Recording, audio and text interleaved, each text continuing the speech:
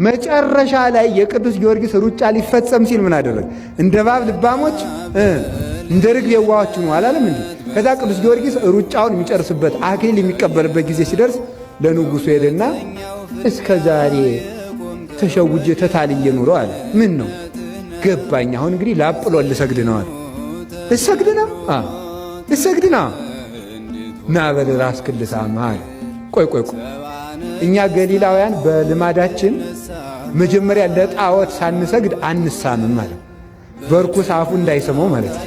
ቆይ ብሎ ልትሰግድ ነው? ና እንልስገድ። አይ እንደዚህም አይደለም። በጥቂት ሰው አይደለም የሚደረገው። ጠቅላላውን በሙሉ የገሊላን ሰው በሙሉ ጊዮርጊስ ለአጵሎን ሊሰግድ ነው እያል አዋጅ ነገራል። ጊዮርጊስ ለአጵሎን ሊሰግድ ነው እየተባለ አዋጅ ተነገረ። ይኸውላችሁ ልብ ብላችሁ ስሙ። ለአጵሎን ሊሰግድ ነው ተባለ።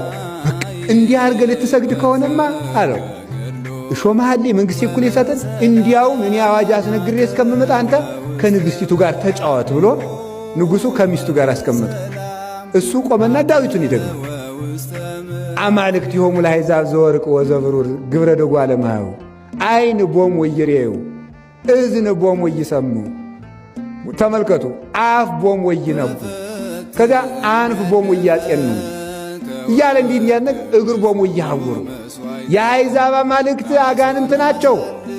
ዓይን አላቸው አያዩ፣ ጆሮ አላቸው አይሰሙም፣ እግር አላቸው አይራመዱም እያለ ይዘምራል። ንግሥቲቱ ሰማን ማንን ነው እንደዚህ የምትለው አለች። ጣዖታቱን ነው አለች። ለምን ታንገለጉ አሕዛብ ወሕዝብኒ ነበቡ ከንቱ። አሕዛብ ለምን አጉረመረሙ? እነማን ናቸው የሚያጉረመርሙ አለ።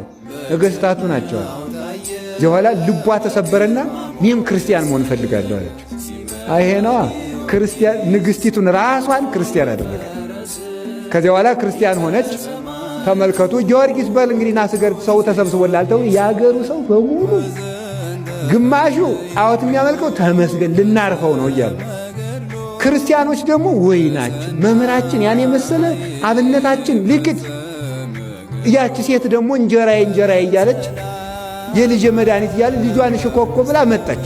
ሽባ ልጇን ማለት ሰው ከተሰበሰበበት ልጁ ያ ሽባ ልጅ አያችሁ፣ ሁልጊዜው ሁሉም ነገር በጊዜው መልካም ነው። ከእናቱ ትከሻ ላይ ሆኖ መጣ። አንተ ሕፃን በጌታዬ በኢየሱስ ክርስቶስ ስም በእግርህ ና አለ። ከዚያ በኋላ ከእናቱ ትከሻ ወርዶ ያ ልጅ መጣ። ሂድና አጵሎንን ጊዮርጊስ ይጠራል በለዋል። ከዚያ በኋላ ሄደና አጵሎን ጊዮርጊስ ይጠራል አለ። ይሄ ልጅ እየመራ አጵሎንን እያስቀጠለ እያንቀጠቀጠ ይዞት መጣ። ከሕዝቡ መካከል አቁሞ ለምን ነው አንተ እንደዚህ ፍጥረትን የምታስት? እኔ ሰዎች ነው የሰገዱልኝ። እኔ በማክሰኞ የተፈጠርኩ እንጨት ነኝ፣ የማውቀው ነገር የለኝም፣ ስገዱልኝ አላልኩም ብሎ እንጨቱን አስመስክሮ አንተም ያደረብህም ሰይጣን መሬት ተከፍታ ተዋጣችሁ ብሎ ከመሬት አሰጥሞ ሃይማኖቱን ገለጠ። ያ ልጅም ምን ተባለ? የቅዱስ ጊዮርጊስ ረዳት ሆነ ማለት ነው። ሐዋርያ ሰማዕት ሆነ። በጊዜው ሲመጣ አንደኛ ተመልኩ ሰራዊት ሁሉ ምን አለ? ይሄ ሽባ የነበረው ልጅ በእግሩ መምጣት። አጵሎንስ እንዴት ያለ ደካማ አምላክ ነው! አያ ሕፃን ልጅ ዶ የሚያመጣው። ለእሱ አንሰግድም እንግዲህ ለጊዮርጊስ አምላክ ነው የምንሰግድ። እንደገና ደግሞ ራሱን ማዳን ያቃት አንድ ሕፃን ልጅ ጠርቶ የሚያመጣው ነው እንዲህ አምላክ። በዚያውስ ላይ ደግሞ ለራሱ ያልሆነ ብለው በዚያ የተሰበሰቡት ሁሉ ክርስቲያን ሆነው ተጠመቁ። ሁሉም ነገር ለመልካም ይሆናል። እግዚአብሔር ምንጊዜም ትክክል ነው የሚባለው ለዚህ ነበረ። የዚያች ሴት ሃይማኖትም ተፈትኖ ነበር።